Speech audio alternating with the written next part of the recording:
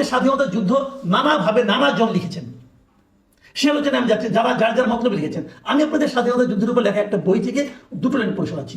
এই বইটা লিখেছেন জাপানি এক ভদ্রলোক, নাম হলো রক্ত ও কাদা। অনেক বইটা পড়েন, এটা প্রথম প্রকাশনের বইটা প্রকাশ করেছি।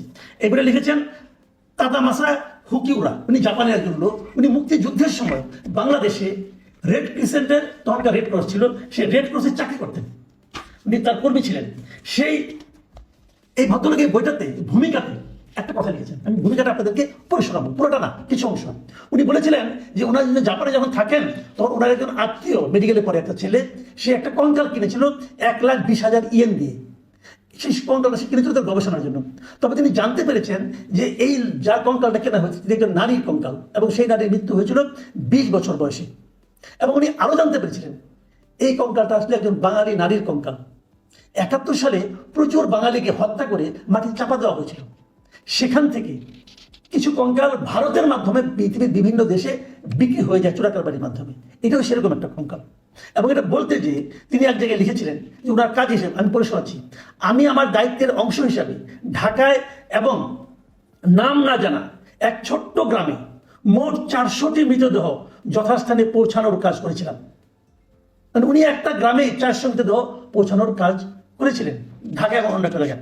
এবং তিনি তারপর বলেছিলেন যে নোয়াখালী জেলা শহরের মাইজদিক রোড ছিল রেড ক্রিসেন্ট হাসপাতাল। হাসপাতালটি বিদ্রোহী গেরিলাদের চিকিৎসা করছে বলে অভিযোগ এনে পাকিস্তানি সেনারা 1971 সালের 19 আগস্ট ডাক্তার ও নার্স ও রোগী সহ মোট 59 জনকে গুলি করে হত্যা করে। ডিসেম্বরে মুক্তিবাহিনী এই হাসপাতালকে মুক্ত করার পর আমি সেখানে গিয়ে দেখলাম এখানে সেখানে ছড়িয়ে রয়েছে মানুষের হাড়, তাতে জড়িয়ে রয়েছে ওদের বাঁধার জন্য ব্যবহৃত দড়ি, সঙ্গে হাতের বালা, ফুলের নকশা করা শাড়ির টুকরো। আরো লিখেছেন পাকিস্তান ভারত যুদ্ধের অবসানের পরপরই ঢাকায় একটি বালিকা বিদ্যালয়ের প্রাঙ্গণ খুঁড়ে 12 থেকে 17 বছরের মেয়েদের 250টি মৃতদেহ উদ্ধার করলাম।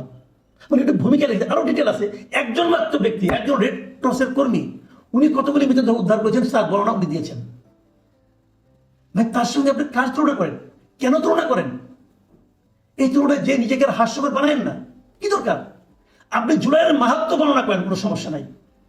71-এর মাহাত্ম্য প্রয়োজন বোধে সেখানেও বর্ণিত হবে, কিন্তু তুলনা করতে যাওয়াটা মূর্খতা। প্লিজ এই জায়গা থেকে যারা জুলাই নিয়ে কথা বলছেন তারা সতর্ক থাকবেন, তাহলে এই জুলাইকে কিন্তু আরো উন্নত, আরো মহিমান্বিত করতে পারবেন। তুলনা করতে গেলেই ছোট হয়ে যাবেন।